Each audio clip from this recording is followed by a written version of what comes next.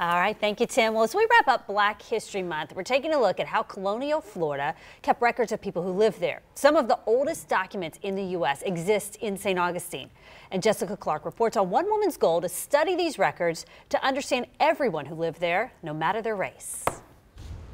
On one of the oldest streets in St. Augustine is the archives of the Diocese of St. Augustine. I call it Box City. Sister Catherine Bitzer leads us to a locked room full of boxes, and inside the boxes are ancient documents. They're the oldest archives in the continental USA of baptism, marriage, and burial records.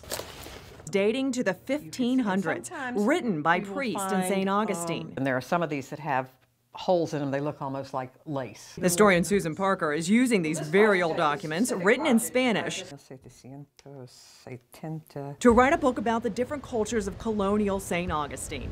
And in these holy pages is the information about all races in St. Augustine: Native Americans, whites, and Africans. You would have the same type of information recorded, say, at the baptism or the marriage of the baptism of a governor's son or the baptism of a slave's son. Escaped slaves fled north on the Underground Railroad, but slaves also went south into Florida, where the Spanish gave them freedom. And Parker's finding out the personal information about these little-known people of America's oldest city. I'm taking these marriages and then trying to follow what seem to be couples created by the runaways. It's, like I said, it's not a precise science, and then try to follow them through the baptism as they have children.